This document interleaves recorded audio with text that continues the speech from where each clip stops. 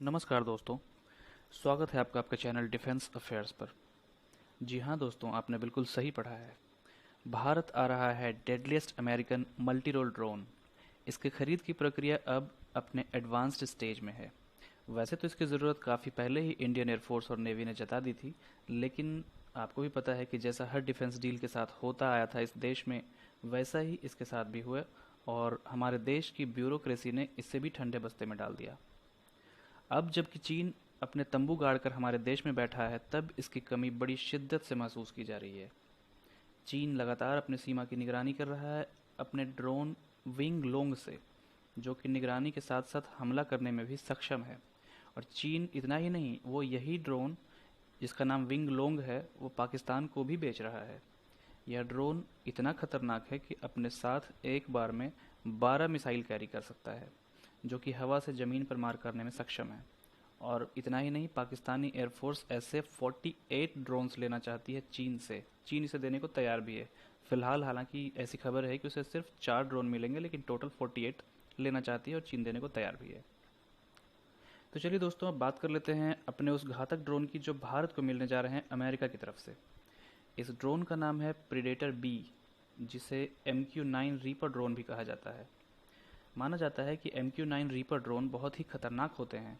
ये तमाम हथियारों से लैस होते हैं, इतनी ज़्यादा ऊंचाई पर उड़ सकते हैं कि राडार से भी ओझल हो जाते हैं, यानी अक्सर इनकी टो भी नहीं ली जा सकती। भारत को लगता है कि चीन के साथ तनाव की स्थिति में वास्तविक नियंत्रण रेखा, जिसको कि लाइन ऑफ एक्चुअल कंट्रोल बोलते हैं, LAC, उसके ऊपर अमेरिका के प्रेडेटर बी ड्रोन का इस्तेमाल करना ज़्यादा बेहतर होगा।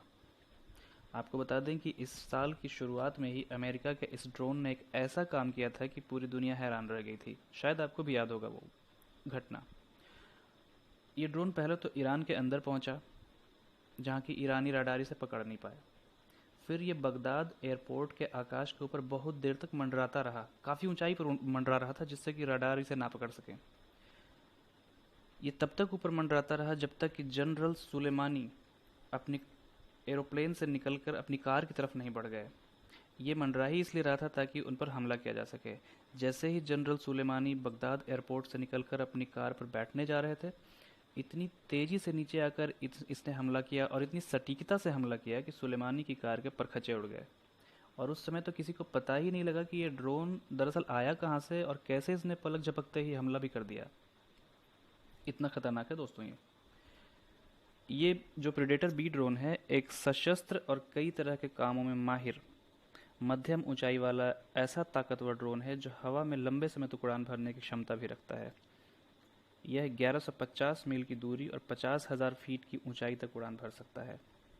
इस ड्रोन में कई बेहद घातक हथियार लगे होते हैं, जैसे कि लेज़र गाइडेड मिसाइल्स, जो कि हवा से ज़मीन पर मार करने में सक्षम होते हैं। उनका नाम है AGM-114 हेलफायर, जो कि बहुत ही खतरनाक मिसाइल माना जाता है।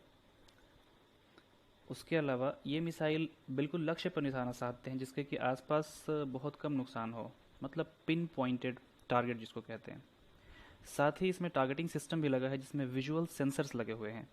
इसमें 1701 किलो वजन तक का बम गिराने की क्षमता है। इस ड्रोन में बड़ी रेंज को कवर करने वाले sensor, multi mode communication suit और सटीक हथियारों के साथ काम करने की क्षमता होती है।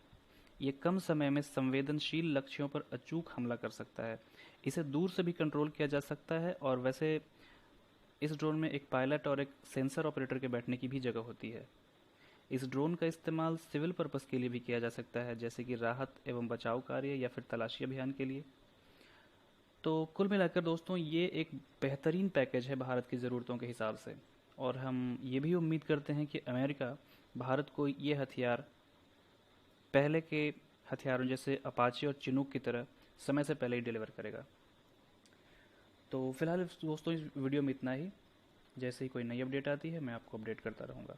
अगर आपने अब तक हमारे इस चैनल को सब्सक्राइब नहीं किया है, तो प्लीज़ सब्सक्राइब करके बेल आइकन को प्रेस करें, जिससे कि आपके पास हमारी वीडियोस सबसे पहले पहुँचे। मैं ऐसे ही डिफेंस, स्पेस और इंटरनेशनल न्यूज़ लेकर आता रहता हूँ। जय हिंद, जय भारत।